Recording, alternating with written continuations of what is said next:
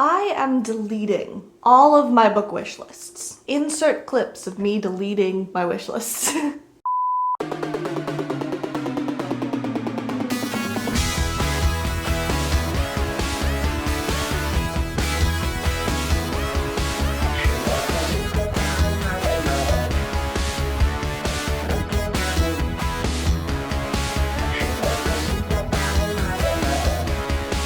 The short answer is I feel like I've fallen prey to unnecessary consumerism and I don't like it.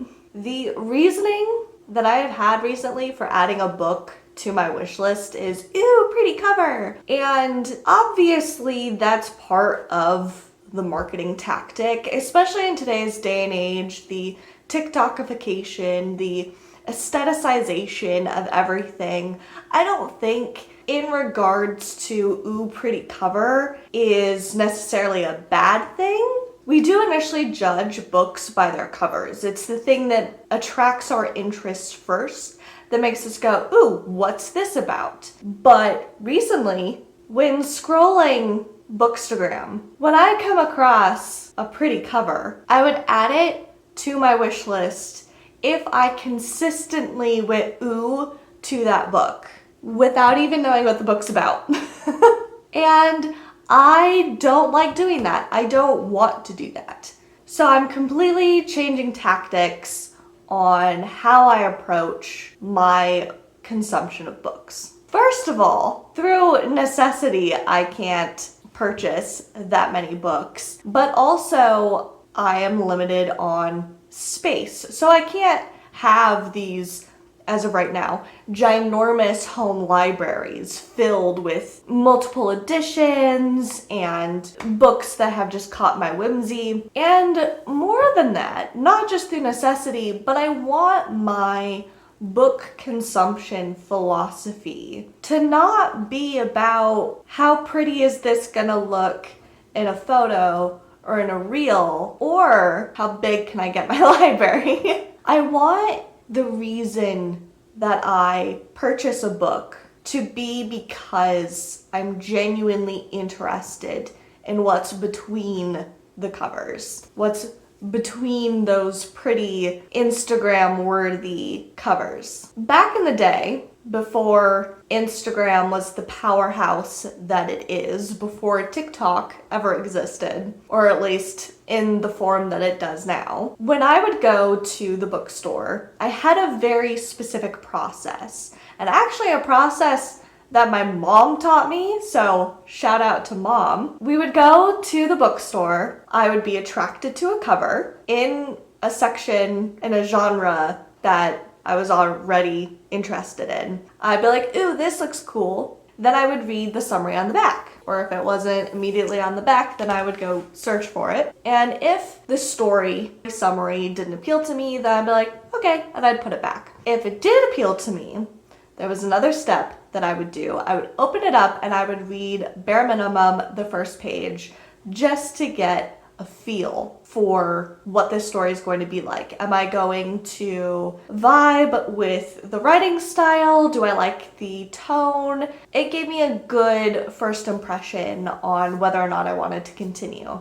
This is so much easier to accomplish with physical media. Basically going to a library or a bookstore. This method has to look different in some regard to digital books, but the overall idea that I want to get across is I want to better investigate stories and books that appeal to me before I just like blindly buy. Sometimes that can be fun, but I just want to be more intentional with it, including with digital media. If those three things were met, I would then hold on to the book and continue perusing. And back in those days, I would get like 2 or 3 books. These days, it's more like, what's the book that appeals to me the most? But since being more active on Bookstagram,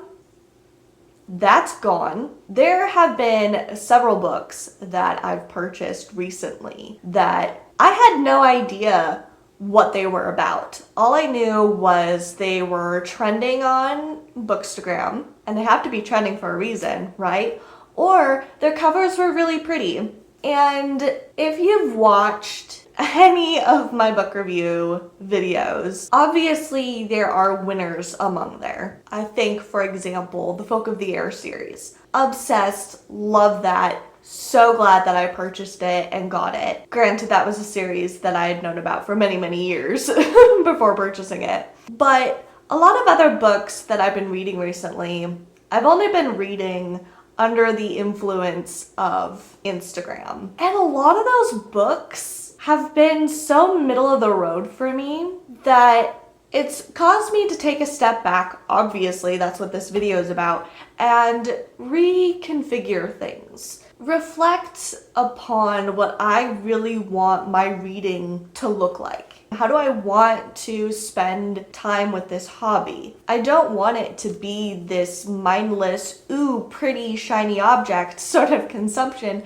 I want it to be so much more intentional. I want to, in general, do a little bit more intentional living, but especially with books. I want to enjoy my time. And I'm not saying that this method that I had in my youth that I am reapplying to my life is foolproof. I've done that with several books and been like, yeah, it was okay, or that I didn't like it, because not every book can be a winner. We all have our own subjective tastes, so what someone else really loves, you're not going to, vice versa. Even before I was influenced, I knew that I wanted my furthering collection of books to still be intentional. A lot of the books that currently exist on my shelves are books that I would reread. If I don't think I'll ever reread it, I want to donate it. Give it to someone else who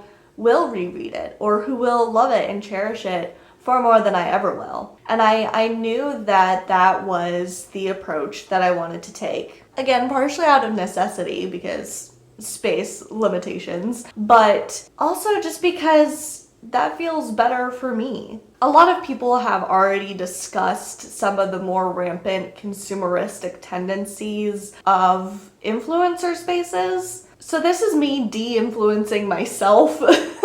But for me, I want it to be about the story. I'm planning on doing another video that at least touches upon this concept of quality over quantity, because it really feels like so much of modern life revolves around how much of a thing can we push out. And every once in a while we're gonna strike gold because statistics typically work that way. But for me, as a consumer, as someone who loves to read and write, I want to be focused on quality, which means deleting my wish lists. This video will definitely be a shorter one, and that's okay. But I just wanted to de-influence myself and see if anyone else agrees or has been inspired to reflect upon their own reading philosophies. Thank you guys so much for watching. Like, comment, share, subscribe, all that stereotypical YouTuber stuff, and I hope to see you all in the next one. Bye!